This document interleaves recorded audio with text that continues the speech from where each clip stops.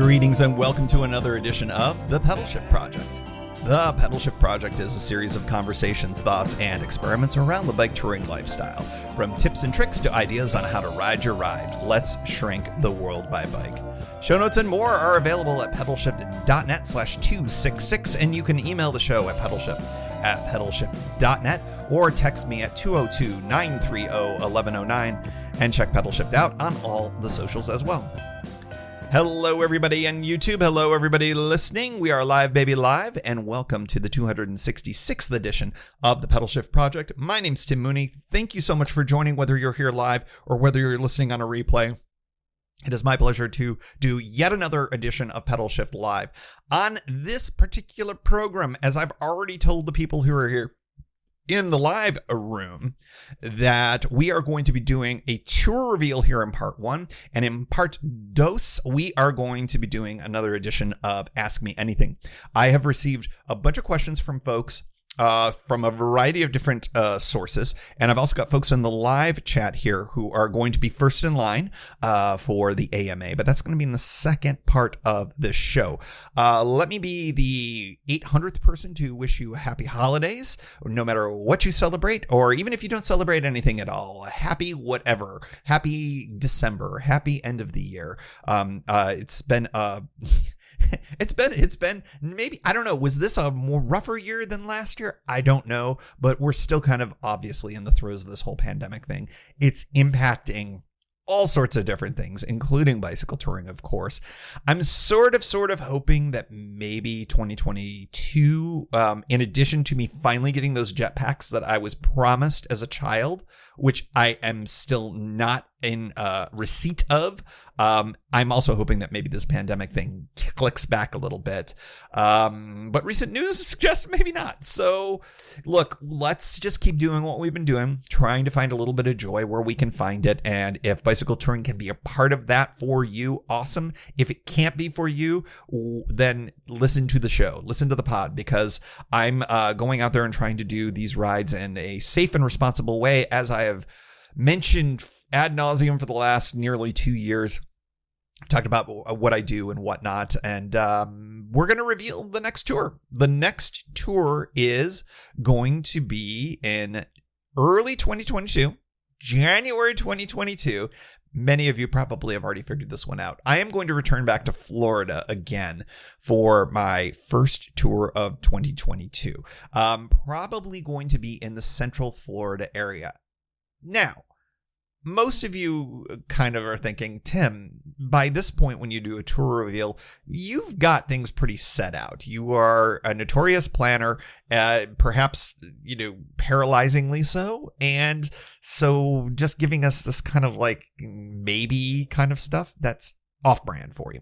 I agree wholeheartedly. But it's probably more so because I'm hashing out a few options relative to the beginning and the end of it. The original plan of all of this was to do the classic tour that I have done twice now. It was originally called the Cross Florida Tour. I don't remember what I called the second one, but this one was going to, again, originate in Tampa. I was going to fly down with my Brompton and take the same route through Central Florida as past years. However, and that may still happen. However, there's a new potential plan here that's kind of throwing some monkey wrenches. Not monkey wrenches. This is good. If this happens, this is good. The idea may be that we drive down, and when I say we, it would be myself, the dogs, and Kimberly. We would all drive down together in the LACROSSE. Would we use it in its camper mode? Maybe. I don't know yet. Perhaps. Florida is shockingly close to the capital region of this fine country. To drive to Central Florida is about 10 to 12 hours, give or take. Now, for many of you, you're like 10 to 12 hours. That's a lot, dude. That's like 2 days of driving. For me, after this summer's adventures, when I'm driving 20 plus hours, and I think I drove 24 plus hours in one shot, 10 or 12 hours feels like a walk in the park at this point. So I don't know if we'll have to go camper mode with the LACROSSE. But it turns out that our anniversary, my anniversary with my lovely partner Kimberly, is at the end of January, coinciding close in time with when I was planning on doing this trip.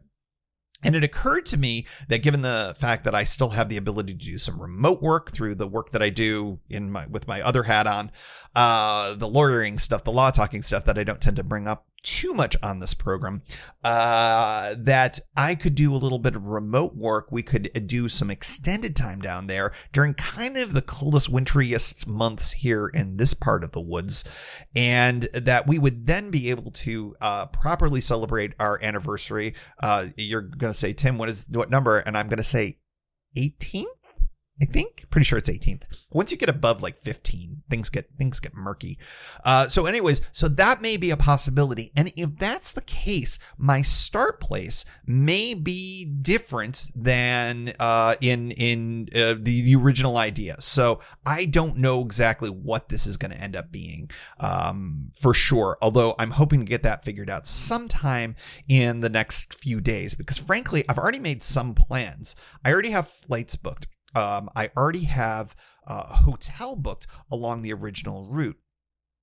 And it may be that I end up doing some different things just in the fact that I might not be flying. So I would obviously have to cancel that. So yeah, I think that what's going to happen here is, I originally was going to be doing, and the classic tour is going from west to east, as I mentioned before, going from Tampa through Lakeland, through south of Orlando, the Kissimmee area, and then maybe eventually to Cocoa if I decide to go that far and do the full cross Florida. I'm not sure I'm going to be able to pull that off.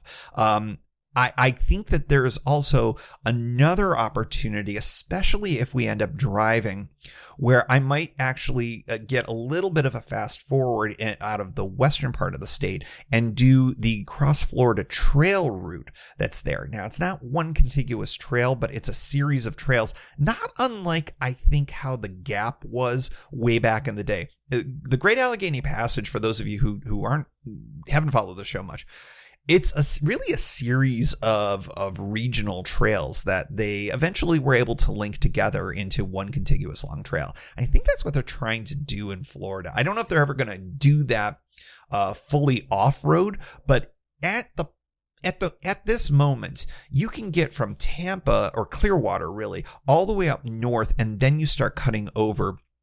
And you're taking a bunch of regional trails, and you end up basically in Winter Garden near Orlando. And then there are, of course, bike lanes and things like that can take you into Orlando.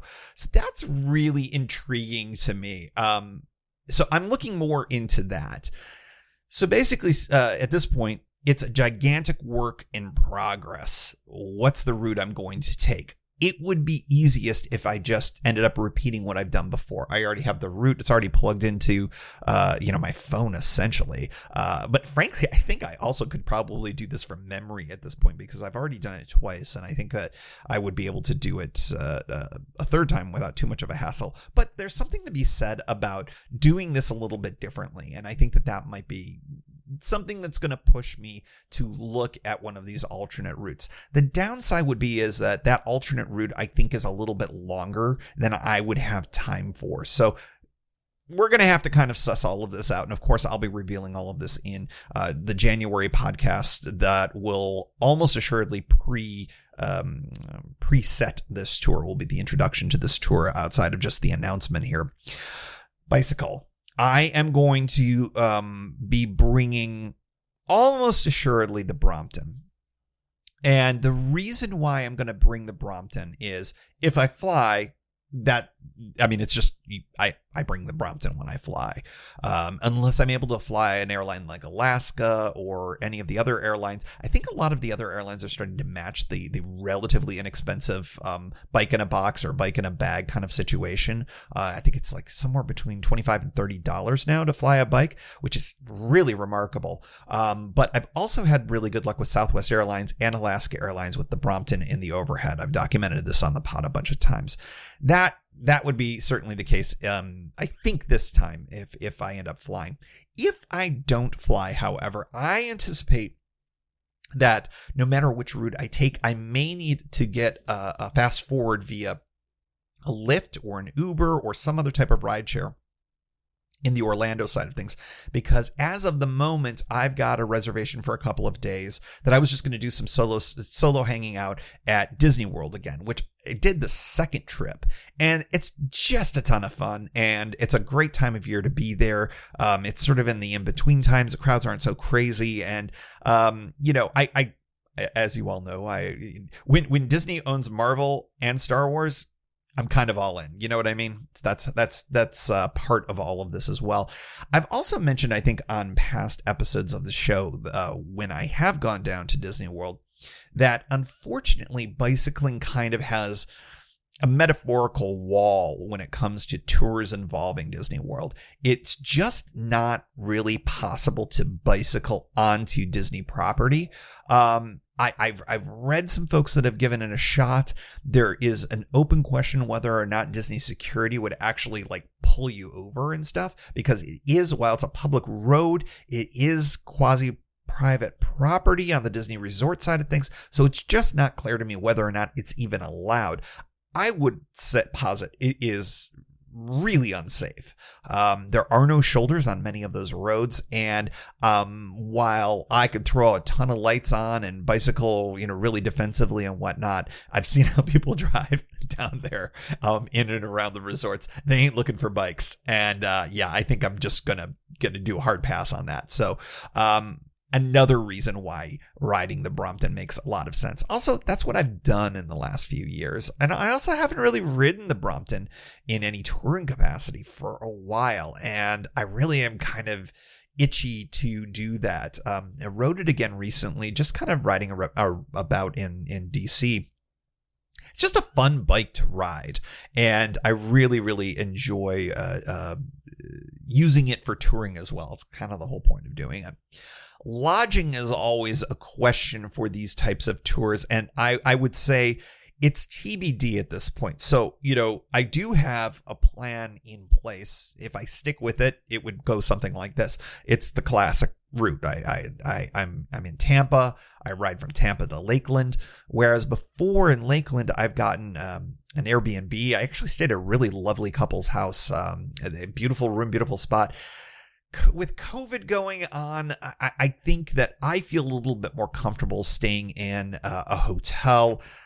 That's an arguable point, but I think that I also priced it out, and a lot of the Airbnbs in the area, hotels were actually a lot more competitive compared to the prior time when Airbnbs were way cheaper than the hotel. So I've currently got a hotel reservation that I could keep or I could cancel depending on how things go. Then from Lakeland to the Kissimmee to the Disney Resorts area would be the second day of the whole ride. So a repeat kind of a thing. If I changed the trail route though, that's when things get kind of interesting, because I might consider doing camping for the first time. However, just again, all of these things, this is like the game of chance tour in some ways. Certain choices beget other choices. If I fly, as you all know, it's really hard for me to be able to bring a ton of camping gear with me. And it's just a lot easier for the Brompton rides, where I'm all fully self-contained, to be able to do that in a way that is a roofed lodging kind of situation. So if I fly, I think I'm going to lean more towards the roofed lodging thing. If we do drive down and I end up doing the trails, I do think that there is a possibility that I might be able to find some camping alternatives in there. So that's what I'm going to look at doing. Florida is kind of funny during the winter. When I've done some scouting of Florida Keys routes during the winter, the one thing that I found way back in the day was if you're not on top of making reservations for campgrounds way in advance, you're going to get shut out. You really need to make them up to 9 months in advance. Now, that's in the before times. Who the heck knows? I didn't even bother looking this time, because by the time I was sort of sussing this out, it was way too late for that kind of a thing. The other thing is that, and this is just a personal preference kind of a thing, paying for a campground is one thing, but paying RV rates for tent sites is kind of another. There is a point where I just sort of draw the line and I'm like, man, I'm just not into it. And I have done a lot of reading about stealth camping in all over Florida. there are challenges to that. Municipal law enforcement is one of them. Private landowners is another. And your friendly neighborhood gator is the third. And amongst other wildlife in Florida, y'all got scary wildlife down there. That's all I have to say. So to be determined here what's going to be happening from a lodging perspective. As far as weather, gear, all those question marks, January, as I found, is pretty nice. I think I got drizzled on a little bit on the second tour. The first tour, I think it was it was almost downright warm. I definitely got too much sun, I remember, on the first tour. It can be cool. You can get some rain, or it can be warm and down. It can lean into hot depending on what's going on down there. It's a bit of a crapshoot, but I can absolutely assure you it is much more bikeable than the District of Columbia or the great state of West Virginia. So I'm just going to say that it's an improvement, and that's why I'm going to be doing it down there. I'm going to prepare for rain no matter what. Of course, I'll be able to kind of scope out the weather reports ahead of time. If we drive, I'm able to bring a ton more gear and be able to kind of pick and choose what I need to bring. If I fly, obviously I'm a little bit more limited. So, just to be determined on all of that. I'm going to be using the Brompton, as I mentioned, almost assuredly. I think it would be a big upset if I ended up taking one of the other bikes. And I think it's an open question right now. I really like the modified camping setup, or the modified touring setup, I should say, for the Brompton, which still allows me to bring a tent and camping gear. But I think that if I do find that camping is going to be a part of this trip, I may revert back to the old school pathless pedaled backpack trick style, which I've documented on the pod before. And of course, Russ and Laura, if they didn't invent it, then they pretty much perfected it. And that's where I stole it all from.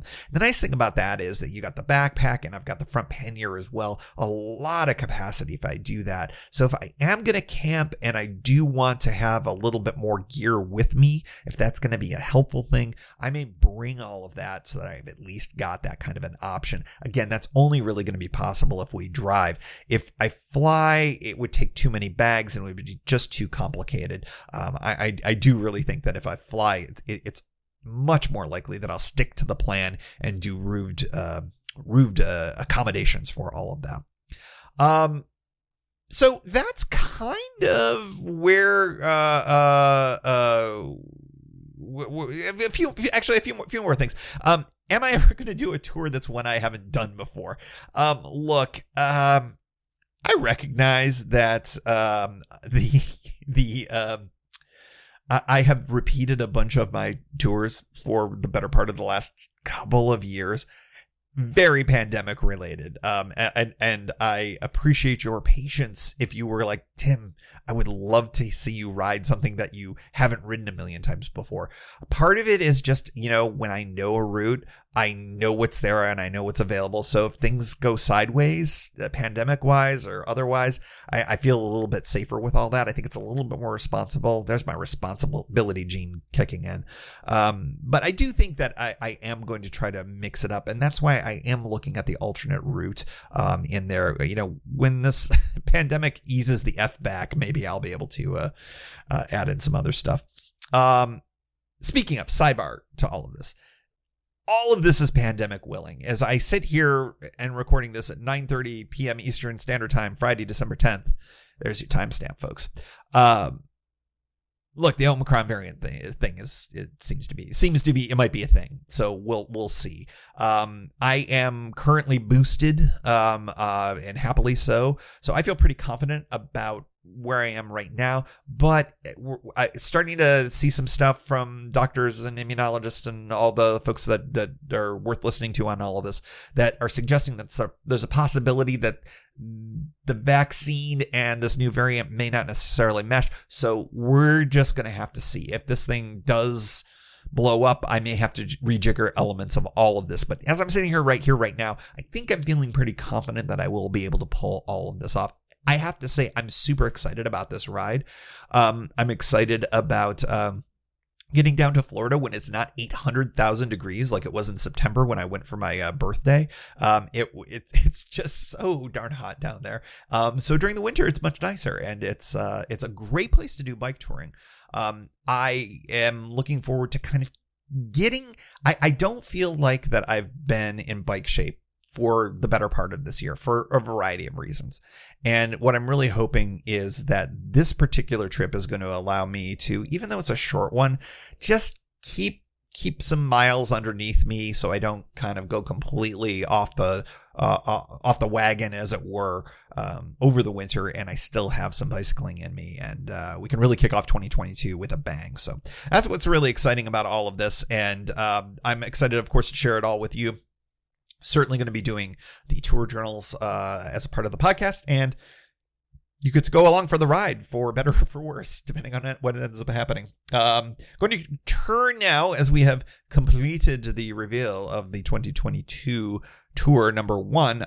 Notice that there's a couple of one person, Dave, says you're giving Gators too much credit. They're more afraid of you than you are of them. It's funny, Dave, way back, I believe it was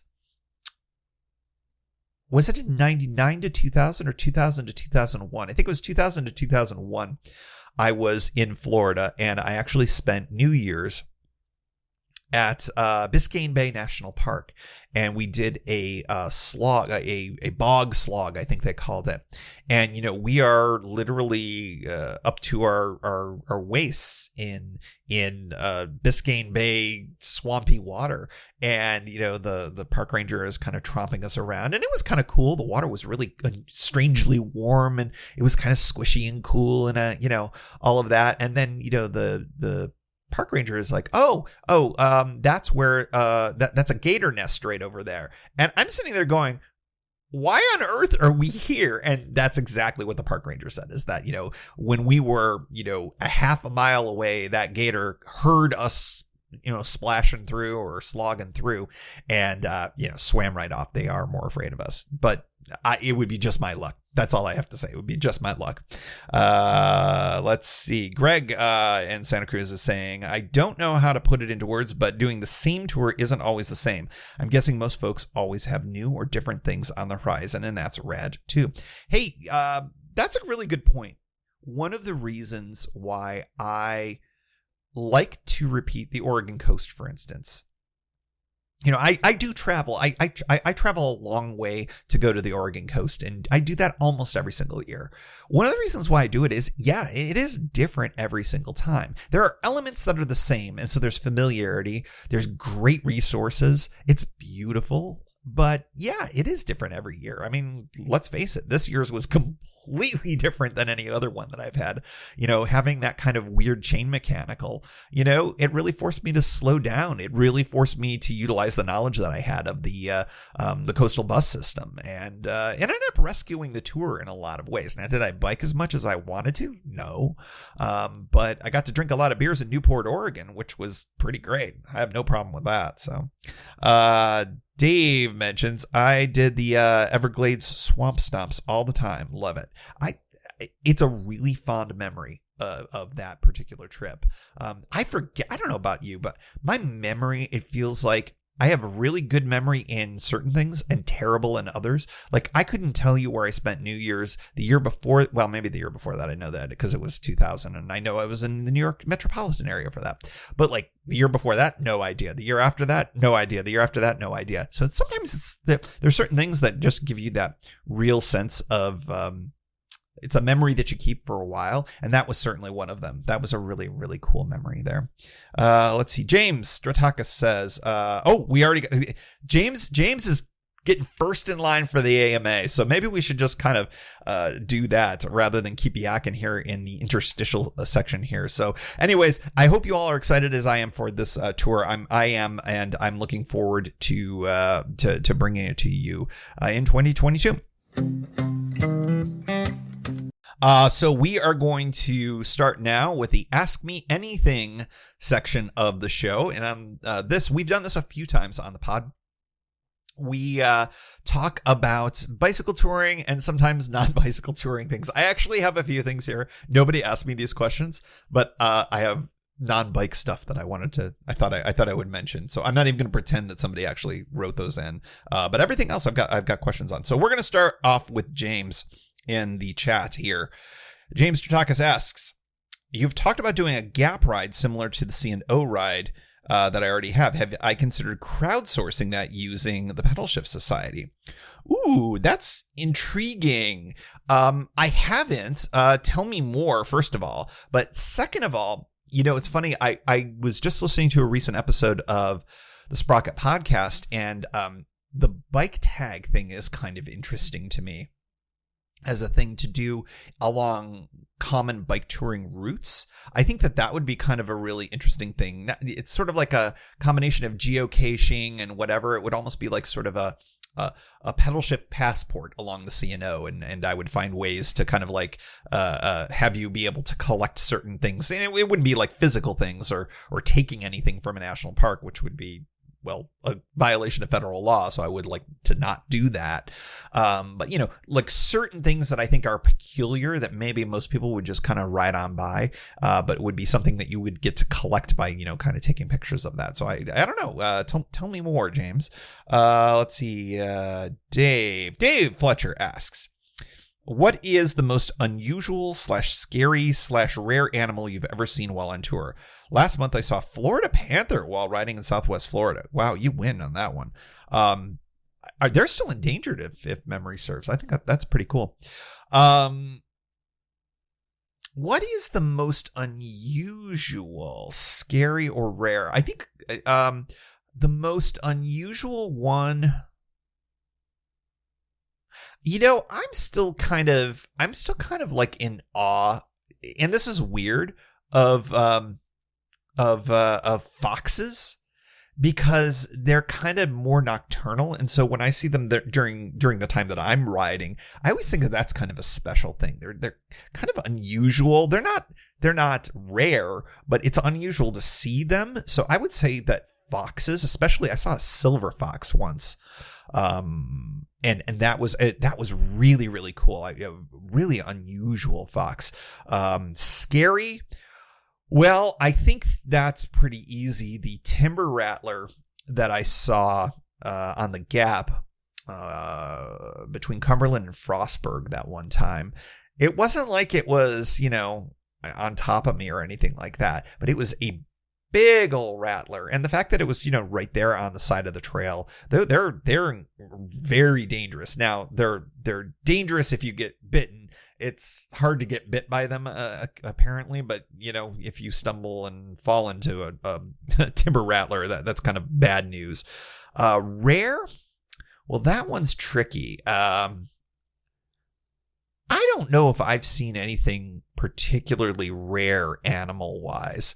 I do remember seeing a black bear at a distance at Elk Prairie Campground in California. The elk were close by, and Roosevelt elk, actually, those are kind of that's actually kind of the most interesting big animal that I've seen. But actually way off in the distance across 101 and then up a ridge, I saw a black bear there once, and that was actually pretty cool. I think that folks that do more bike packing probably have way better answers than the kind of riding that I've been doing. I don't do a ton of backcountry stuff, but sometimes it's the little ones, like the eastern box turtles that you see along the C&O. They're delightful.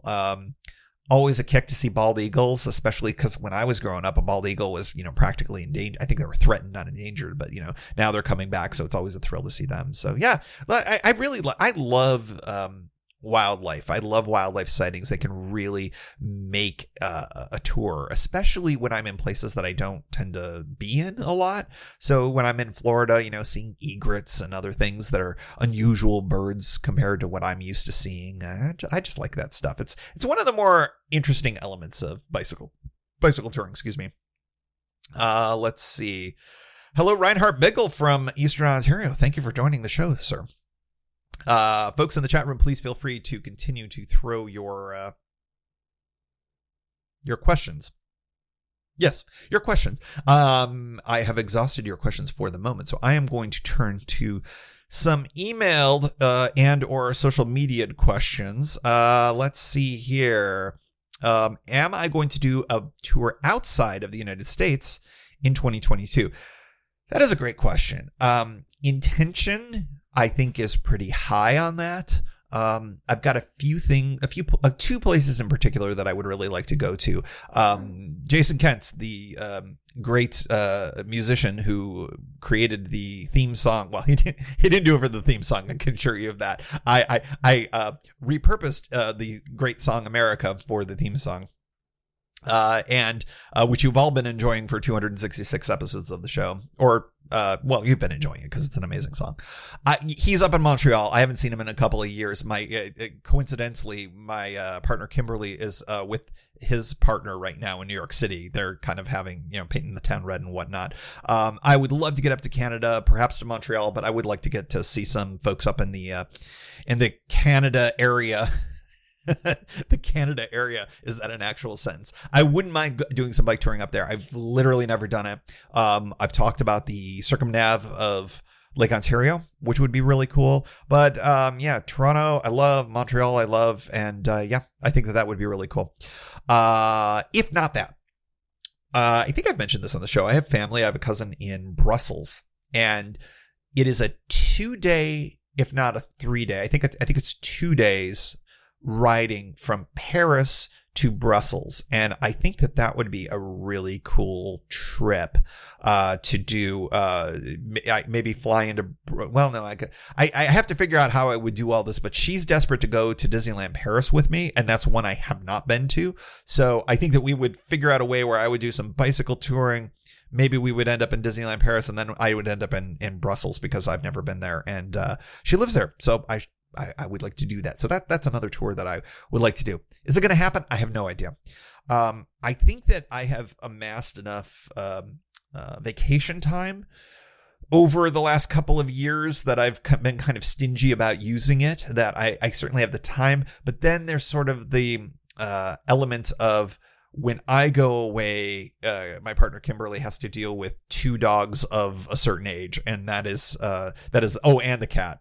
The cat's the wild card, man. So sometimes that can be more of a barrier. I'm finding now, just the logistics of being able to go away and knowing whether or not the family can handle things without my presence, because it is hard. It is a lot of heavy lifting, and I appreciate it when she does that, and that allows me to go out to do bicycle touring. So, and of course, the pandemic, who the heck knows? I am really hopeful that outside of the US is going to be possible. It may only be Canada, but I love Canada and I miss Canada, and I haven't been there in a very long time. So I would like to go there. In fact, this might be the longest I have not been in Canada in my entire life, which may sound very weird to you, but it's true. I used to live very close to the border when I grew up, and we would always go through Canada to go visit my grandparents in Detroit from where we lived in Western New York. So I was in Canada quite a bit, and I'm quite fond of it. Hello, Canada, if you're listening. Next question. Let me just double check. Okay, here we go. I think we got some fun questions. Do I miss Wegmans from Scott? Do I miss it? No, because there are Wegmans here in the DC metropolitan area. In fact, there's a Wegmans that is almost exactly halfway between my cabin and DC. I am in Wegmans not infrequently. They are also opening up, I swear this is not an ad, they're opening up a Wegmans in DC that is very close to where our vet is, and yeah, I'll be there all the time, as will everybody from Western New York. So yeah, I don't miss it, but it's still the best. If you're from where I grew up, have I told this story before? My grandmother used to say she remembered Wegmans. She's a Rochester native, was a Rochester native. She said, I remember when Wegmans was pulled by horses. It was a cart. It was literally a fruit cart. So it is a long in my blood. Long in my blood. That's not a saying. James Stratakis, any U.S. trails you still have on the bucket list? Yes. The one that is I think gets repeated the most that I haven't done yet is it the Cowboy Trail? What is the one in Nebraska? I believe it's the Cowboy Trail in Nebraska. That's one that I'm really interested in because that's very long. There are some other interesting trails that are similarly long. The one in Washington is really intriguing to me. However, because you can cross Washington State by that. However, once you get east of the Cascades, it's really more of a bikepacking thing. And I have heard some dodgy things about access to the trail. And I'm throwing that into quotes because you kind of lose the trail in some parts there. I believe that's the Pioneer Trail, if memory serves. So that one I'm really intrigued with. Although Eastern Washington is just so damn hot. It's so hot. I really would have loved to have done that Lewis and Clark route that I had planned to do back in 2014. The whole reason why I did the whole Pacific Coast was because it was just too hot to be able to do the Lewis and Clark trail, and that of course goes through Eastern Washington. So yeah, James confirms that it's the Cowboy Trail in Nebraska. Yeah, that's probably the most likely one. I will say I don't know, I have to check the Rails to Trails folks. I have not been to 2 states. I have been to 48 states in the union. And I'm not talking just airport states. I'm not talking just like, I was there for 5 minutes kind of a thing. I have literally driven across, biked across in some instances, 48 of the 50 U.S. states. The 2 I'm missing are North Dakota and Alaska. And getting some kind of a bicycle tour element to the eventual 49th and 50th visits, I think would be pretty cool too. So I have to check that out. Brian Bechtel asks do I and Dave Grohl know each other? No. No, I know Dave Grohl. I certainly know Dave Grohl. Dave Grohl couldn't pick me out of a lineup. Although Dave Grohl's from the DC area, and his mom, I think, still lives here. So, Dave Grohl seems like an interesting cat. I haven't read his book. I do want to read his book. He seems like an interesting cat. All right. Patrick Murtaugh asks, are there any stereotypes of Florida that bike touring can dispel? I will say, Patrick, that when I was first looking at Florida as a bike touring option, a few years ago, before I did it in the first instance, everything I would read would be like, oh, it's a nightmare. Oh, there's no infrastructure. The drivers don't look out. It's dangerous. And I just didn't have that experience at all. That's not to discount the very real possibility that it's dangerous in a lot of places. I've already told you that Disney World is not a place I would ever consider cycling ever, because they would dudes with mouse ears would come out with sticks and beat me down to the ground, or I would get hit by some tourist who's off looking at the Minnie Mouse sculpture or something like that. But I'm sure that there are parts of the state of Florida that are not very good for cycle touring. I found that if you follow a few things, the biggest tip that I had with Florida was the cycling clubs. I looked at the routes that they did, and by following those routes, I mean, they're riding those roads all the time. Obviously, there's trails. There's great trails in Florida. And I have to say that I'm really drawn to maybe doing some more riding of those trails. But I think that the biggest stereotype that I could dispel is that Florida is bad for bicycling and bicycle touring in particular. I just don't think that's true. Never mind the fact that the Adventure Cycling Association has at least one, if not two routes: the southern tier and the eastern ride that go through there. That's their stamp of approval kind of ride. So I mean, there's plenty of good riding in Florida, but that's a stereotype that I think we really should dispel. Let's see. Sam Scruggs. Hello, Sam. I do overnight trips out the C&O from DC and tend to overpack. People see the gear and get excited. Pittsburgh? They say, yes, I get that all the time. And not just out of DC, I'll get it over here mid-trail as well. They seem disappointed when I say no. Does this happen to you? How do you respond? I get that every time I do a tour on the C&O, without fail. And what'll usually say is, not this time, or something like that, where I kind of... because I don't want them to be like, oh, what a poser, It's like, yeah, I've done this once or twice. Maybe it's my dumb ego or something like that. But I do say, I've done it before, but not this time, as I ride by or something like that. Yeah, it's funny, Sam. That happens all the time to me. And it's almost always a dude who's a little older than me. And is kind of like walking with family. Almost exclusively that. So like maybe a 60-ish year old dude, like maybe 10 years older than me, give or take. That yeah, it is pretty funny. Let's see. Brian mentions the Flint Hills Trail in Kansas as another potential opportunity there. That seems pretty cool. Reinhardt says being able to tour in January without winter gear sounds awesome. Reinhardt, it really is. There are other places in the U.S. where you could go. Texas, you could do it. Probably Southern California, you could do it.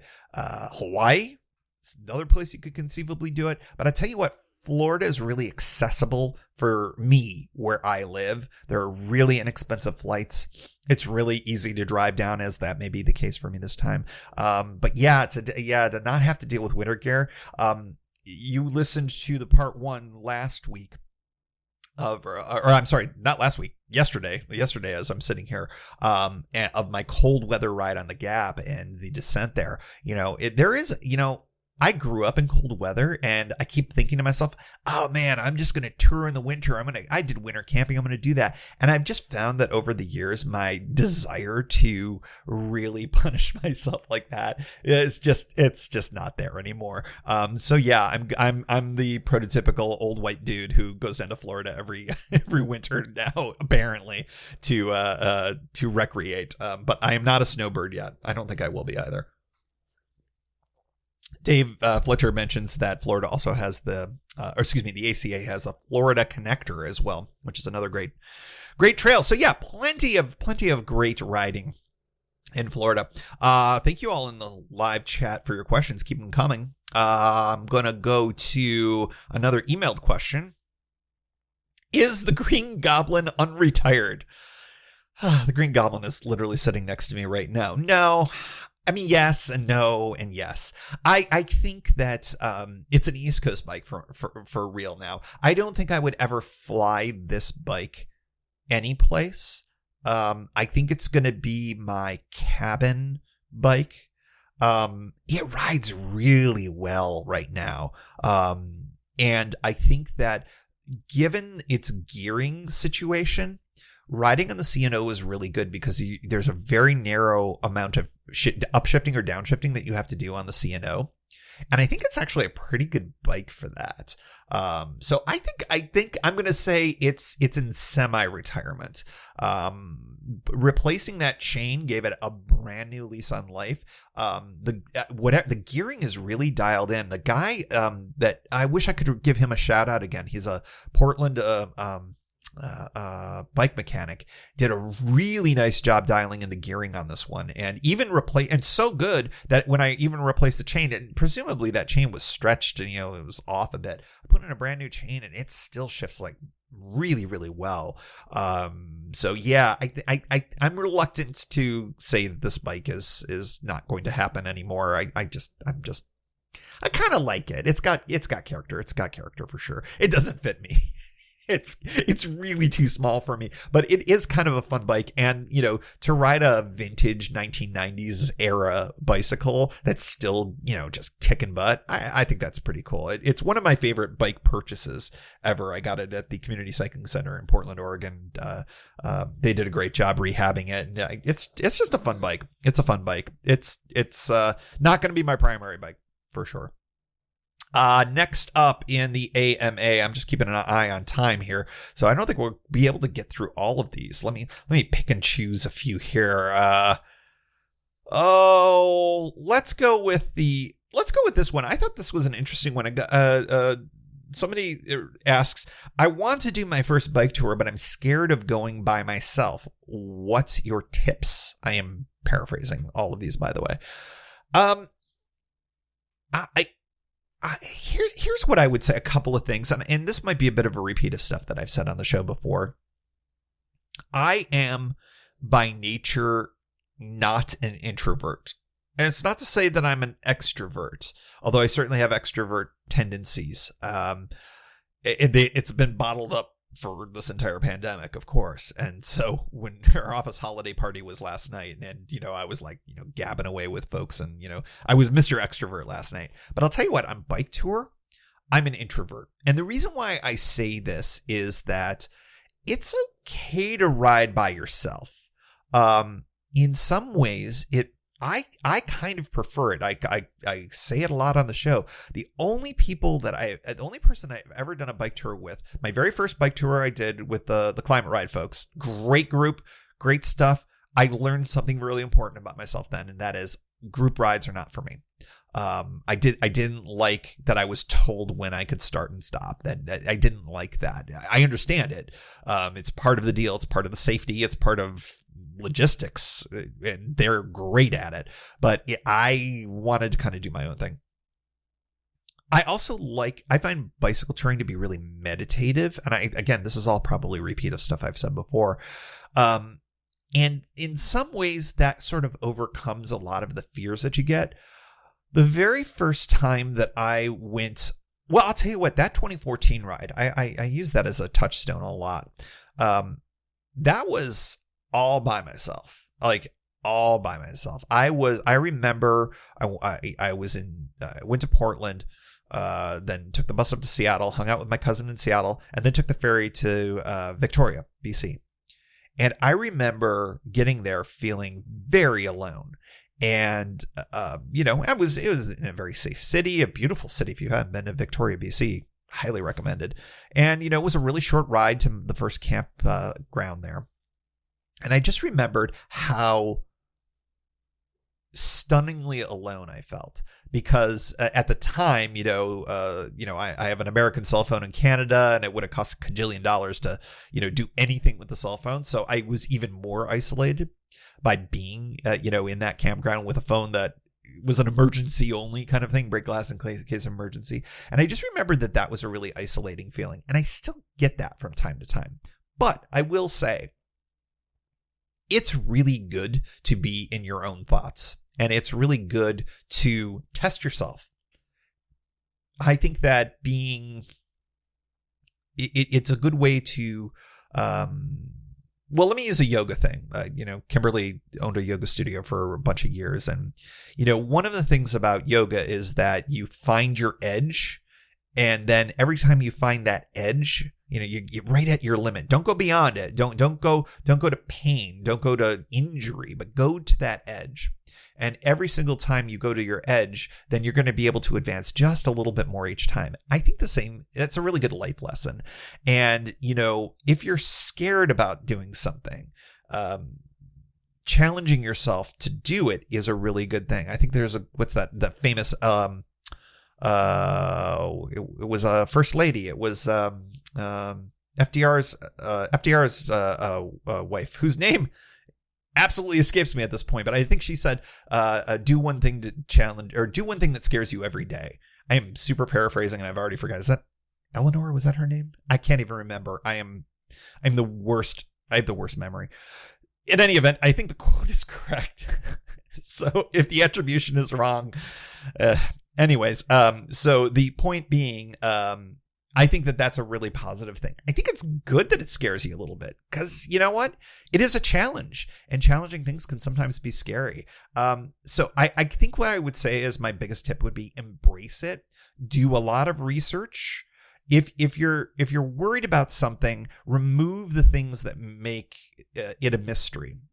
I find, if you knew the plot to the scariest movie you ever saw, well, maybe it wouldn't be that scary. So, maybe do the same thing. Make sure you look at the maps. Make sure you know where all the bailouts are. What are the things that you're worried about the most? Prep a lot. Ask questions, get on the bike touring Reddit's pretty good. Listen to the show. Occasionally I say things that are somewhat cogent, as opposed to figuring out who said things. Eleanor Roosevelt. See, this is why I have a chat room. I need a chat. I need you all like every day, because I swear this happens to me all the time. So anyways, yeah, that's the that would be my best tip for you. And I'd invite folks in the chat room if you've got other tips for this listener as well. Let's do, I think, a couple more questions, and I'm just going to double check because, again, if you're in the chat box, you get first dibs. No, I think I've exhausted the chat box, folks. Let's see. What was another good one in here?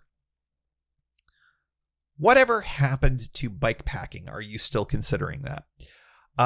Answer, yes. I am still considering it. I did a whole episode, I believe, on all of this and what I was thinking and about maybe getting a new bike. And then I thought about, maybe I can use the existing bikes that I have, particularly my newer Safari. That I could do some retrofitting on that. I think that right now, if I did get into it, I think I'm leaning towards I would get another bike. Which would mean that at the time, the Goblin lived in Oregon, and this would mean that I would end up having 4 bikes here on the East Coast, and maybe that's not super ideal. I think the first thing I would need to do is figure out a bike storage situation, which would probably be here at the cabin. I don't know, maybe a bike shed or something like that. But I think that if I was going to do it, I think that I'd want to do it with the all the bike packing bags and all that kind of stuff. I know you don't need to do that, but I just think that if I was going to jump into it, I think I'd want to jump into it that way. I am starting to get a little bit more interested in getting away from it all. The C&O is a great place to get away from it all. It's not really... it's bike pack-y, but I'm talking about the kind of stuff that my buddy MJ does, go out way, way, way deep into the woods and to the wilderness. I'm kind of intrigued with all of that. So yeah, I would say I'm still considering it. I'm still mulling it around.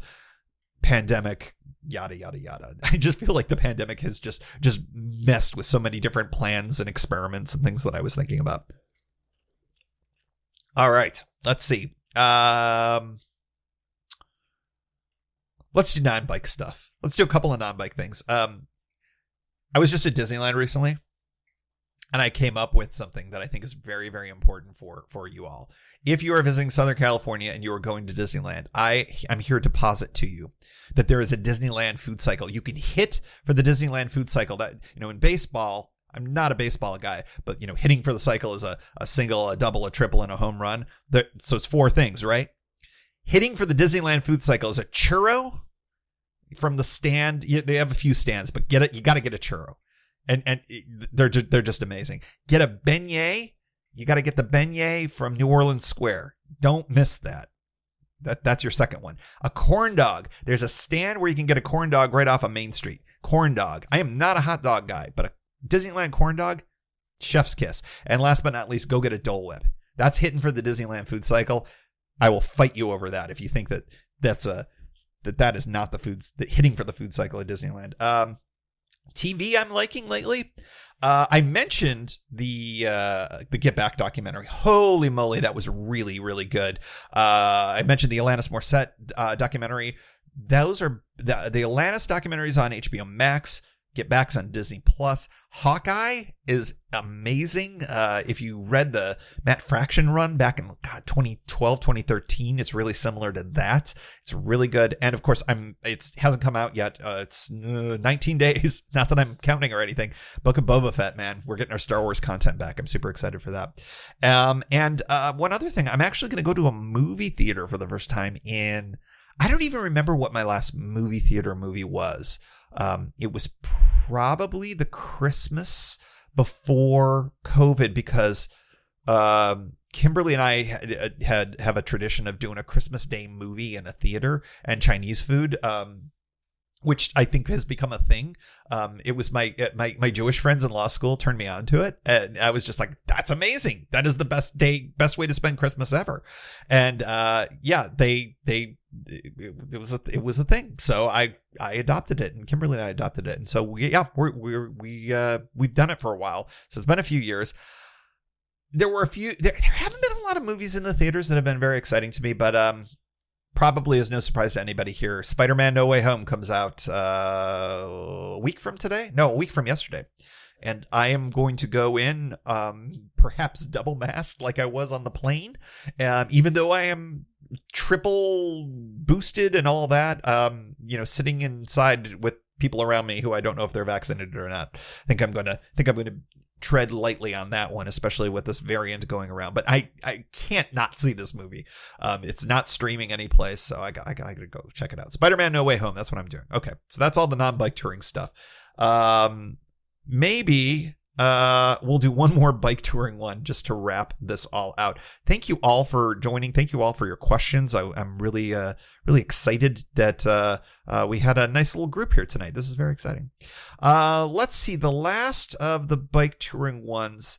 Do I really want to answer the chafing question?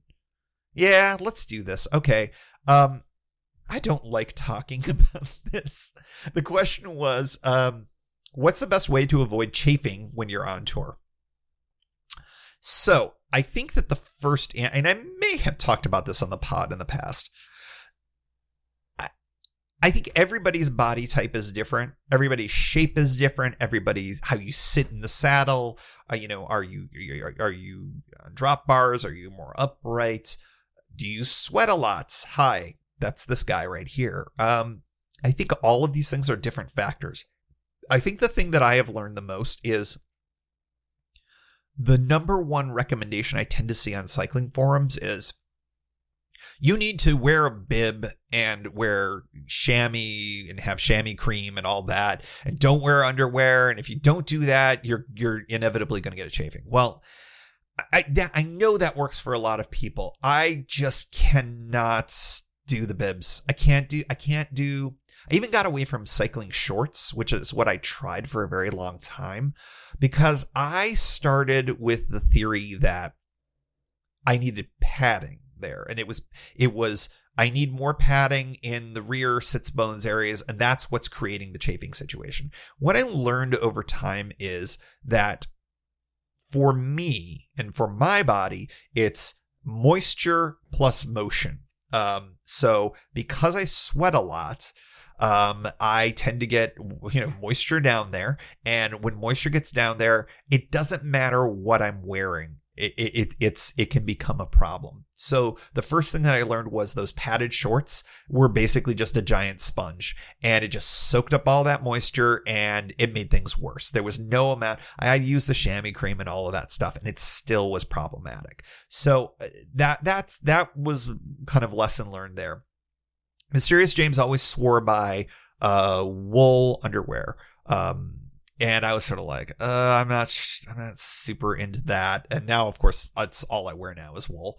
I haven't tried wool underwear yet, though. What really made a big difference for me was figuring out a way to stop the moisture from getting down there. And I've talked about this on the pod. I roll up a bandana and I put it in the small of my back, basically at the belt level. And that blocks a lot of moisture that rolls down the back. And that during the summer is a really big deal. And then I just wear the moisture wicking athletic boxer briefs, not boxers. But boxer briefs. It kind of holds everything in the spot there. That is for me as a person with those types of parts. If you do not have those types of parts, then I think that the answer is, as I have learned from other folks who have different parts than I do, and I'm sorry for being obtuse here. It's just, family show and stuff.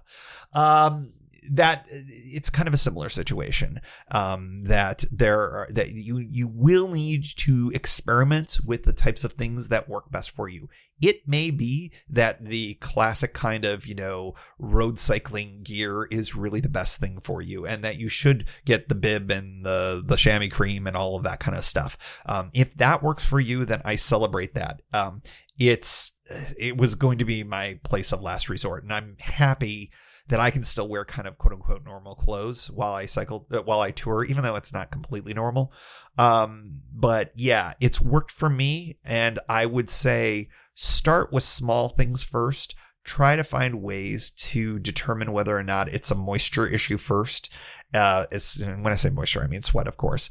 That may be something that gets you to where you need to go. That would be my recommendation, I think, here. All right, folks, that's the end of the live show for 2021. I'm here to promise to you that I will try to do more than 2 live shows next year. They are fun. It is great to connect with you all. And it's fun to kind of answer these questions and things like that. I mean, a lot of these questions maybe I've answered before in one way, shape, or form, but it is fun to make sure that I'm connected with you all and that we all get into one big group here and we all get to share a drink together and whatnot. Again, I said it at the top of the show, happy holidays to everybody, regardless of what holiday you celebrate. If you celebrate no holidays, have a great rest of the year. I am excited to bring the Pedal Shift Project to you in 2022. We are going to be hitting episode number 300 next year, probably late in the year is my best guess. So that's kind of exciting. And yeah, you keep listening and I'll keep making them, at least for the near term. That's all I have to say. So thanks so much for joining. And I really look forward to sharing the remainder of the episodes for this year, because I've got some fun stuff left in the hopper for you over the next 2 episodes that are still to come. And as always, we like to close out the show with a special shout out to the Pedal Shift Society. Because of support from listeners like you, Pedal Shift is a weekly bicycle touring podcast with a global community, expanding into live shows and covering new tours like this fall's upcoming bike tour. If you like what you hear, you can support the show for $5, $2, or even $1 a month. And there's one-shot and annual options if you're not into the small monthly thing. Check it all out at pedalshift.net/society. On to the society. Kimberly Wilson, Caleb Jenkinson, Cameron Lean, Andrew McGregor, Michael Hart, Keith Nagel, Brock Dittus, Thomas Skadow, Marco Lowe, Terrence Manson, Harry Telgadis, Chris Barron, Mark Van Ram, Brad Hipwell, Mr. T, Nathan Poulton, Stephen Dickerson, Vince LaGreco, Cody Florchinger, Tom Beninati, Greg Braithwaite, Sandy Pizzio, Jeff Muster, Seth Pollock, Joseph Quinn, Drew Porter, Byron Patterson, Joachim Robert, Ray Jackson, Jeff Fry, Kenny Mikey, Lisa Hart, John Dengler, Steve Hankel, Miguel Quinones, Alejandro Aviles Reyes, Keith Spangler, Greg Towner, Jody Zeranin, Lucas Barwick, Michael Baker, Brian Bechtal, Reinhard Biggle, Greg Middlemiss, Connie Moore, William Gothman, Brian Benton, Joan Churchill, Mike Bender, Rick Weinberg, Billy Crafton, Gary Matushak, Greg Latois Lopez, James Sloan, Jonathan Dillard, John Funk, Ronald Paroli, Dave Roll, Brian Hafner, Misha LeBlanc, Ari Messenger, David Grotke, Todd Grossbeck, Wally Estrella, Sue Reinert, John Lico, Stephen Granada, Philip Mueller, Robert Lackey, Dominic Carroll, Jackie McCullough, John Hickman, Carl Presseau, David Neves, Patty Louise, Terry Fitzgerald, Peter Steinmetz, Timothy Fitzpatrick, Michael Azuski, Hank O'Donnell, David Zanoni, David Weil, Matthew Sponsella, Chad Reno, Spartan Dale, Carolyn Ferguson, Peggy Littlefield, Lauren Allensmith, Eric Burns, Thomas Pearl, Darren McKibben, Richard Stewart, and Dave Fletcher. And thanks also to all past and anonymous folks for helping make this show happen. Thank you for joining. You can find Pedal Shift at pedalshift.net for more great bicycle touring content. You can hear the Pedal Shift Project through Apple Podcasts or your favorite podcast app. Opening music courtesy of Jason Kent off his self-titled album. The track is called America. Check out his band Sunfield's latest release, Mono Mono, wherever cool music is available.